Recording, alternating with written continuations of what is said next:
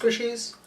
Welcome back to another vlog. This is Star vs. the Forces of Evil, Season 2, Episode 9. The Sleepover, and Gift of the Card. This was a good couple episodes. I enjoyed it. The Sleepover in particular was really good. I hated Truth or Dare as a kid because I didn't want to do the dares and I didn't like having to answer intrusive questions. Never really understood the attraction of the game. As near as I can tell, the main purpose of the game was to, cause suffering to the other people by either daring them to do something bad. Bad not necessarily in the sense of being, wrong or anything, but, something they didn't want to do. Either making them do something they didn't want to do, or making them say something they didn't want to say. And why would you consent to be the victim of that? I don't understand what the attraction is of making someone else, do dares or answer questions, and I don't understand why you would allow other people to do it to you, so, what's even the point of the game? But it is, a staple childhood thing. I feel like it's more middle school, which, correct me if I'm wrong, aren't these kids in high school? But I don't know. I think they're pretty early in high school, so same thing, really. But yeah, I like where they went with it. I like that it was, a statement about the rigidity of our ideas of true and false, The show, as I've said many times before, handles adolescence really well, and adolescence is this time of flux and uncertainty and self-discovery, and so, yeah, your opinions on things will shift. Once, for most of my life, my favorite color, I would say blue. But one day I actually sat down and thought about it and realized, you know what, I actually think my favorite color is green. And I do, I like green. Truth be told, I think my actual favorite color is heather gray. But people always give me funny looks when I say that. So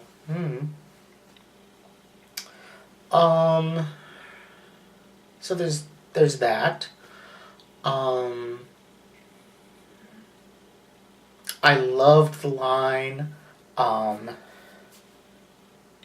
Dana,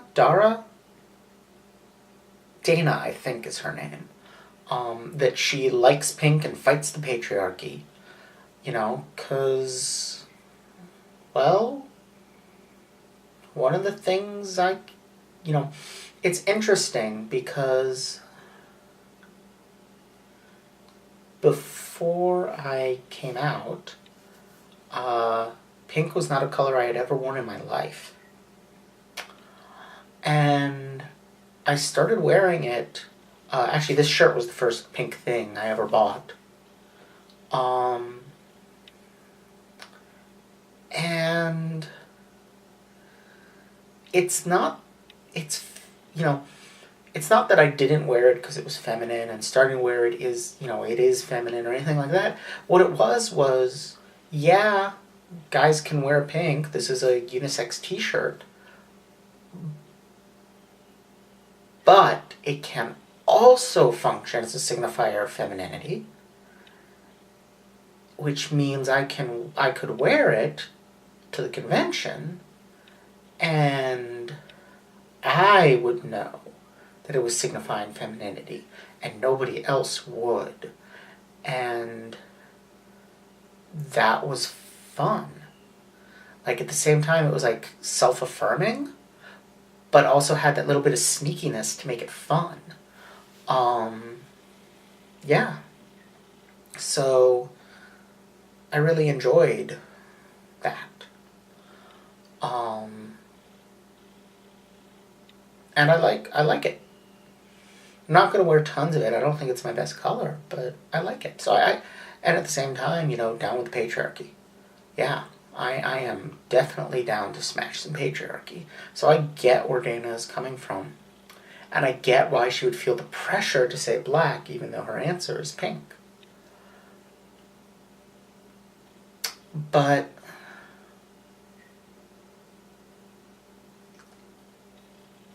it's interesting, the implication. Well, before I get to that, I want to say I also really like the whole speech about, truth being more flexible and less black and white than this thing is willing to admit, because favorite colors change, crushes change. Oh God, when I was in high school, like, I had one main crush that I maintained basically for all of high school, but I definitely had other crushes as well. Like, I mean, there were a lot of girls I was attracted to, but there were a few that I would say crossed the line to actual crush. Like, I wasn't just attracted to them, I liked them. But, like, so there was the one main one, but there were others as well. So the answer to the question, like, who is your singular crush, isn't one that would really have necessarily a fixed true answer. And there's other, respects in which people are changeable. Marco's little speech about what he really means, like, what does it really mean? How does he really feel about Jackie? Did he just build her up in his head?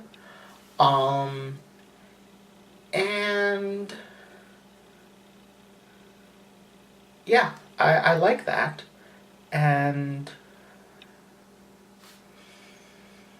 the one thing I don't like is the end about, oh, Star has a crush on Marco, because I really don't want them to be a romantic thing.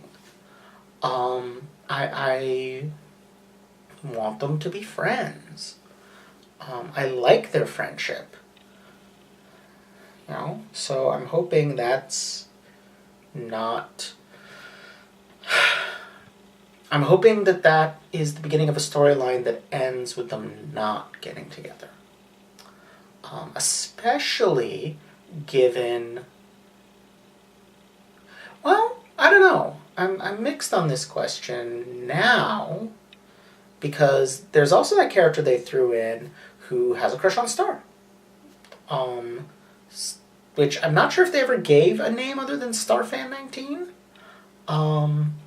But she's, at first I was like, they're playing this kind of like she likes Star, but it could just be her trying to squeeze in as her best friend, the whole thing where she pushed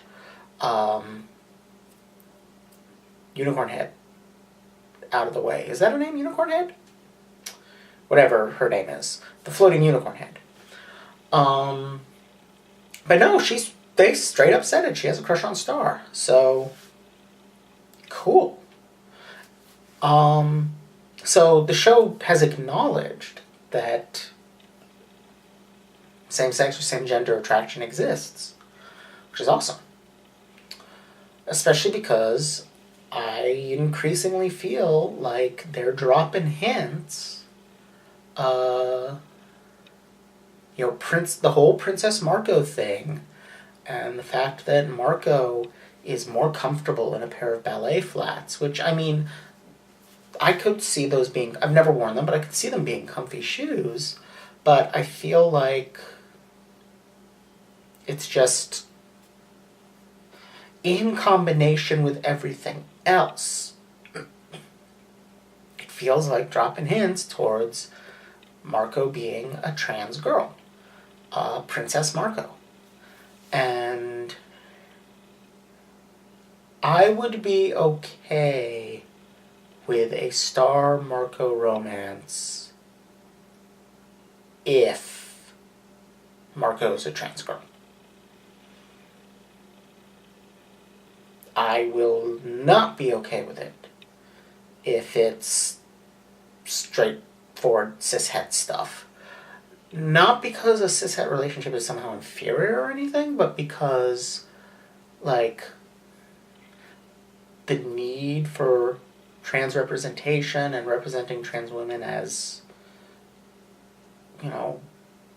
capable of being objects of desire and of, capable of being in a lesbian relationship. Like, that's all stuff that needs representation. And so that need for representation would overcome, I think, my preference for them to be friends. Even though I do still prefer them to be friends.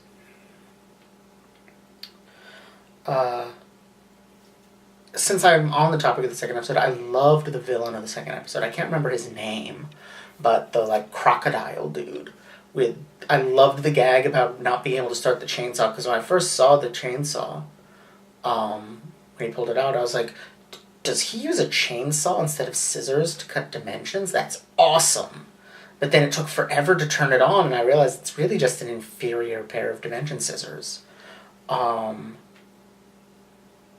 The dimension scissors are better, because they cut just as effectively, and they don't have the ridiculous need to start them. Also, I loved the sight gag where he got stuck trying to push his way through the portal. That was great too. So that was really good. The actual plot of it, meh. I did like the gag at the end where Dana had no problem getting it open because she already has his thumbprints.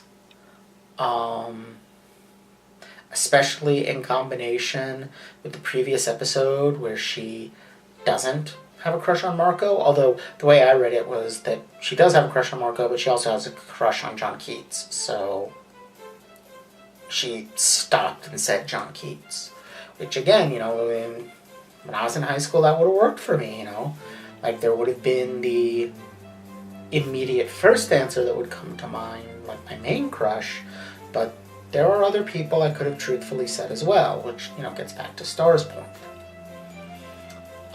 So yeah, great pair of episodes. I really enjoyed it, and I'm looking forward to watching more. Thanks. Don't forget to like, comment, subscribe.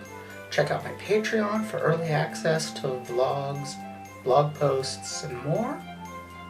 And I'll see you all next time. Bye.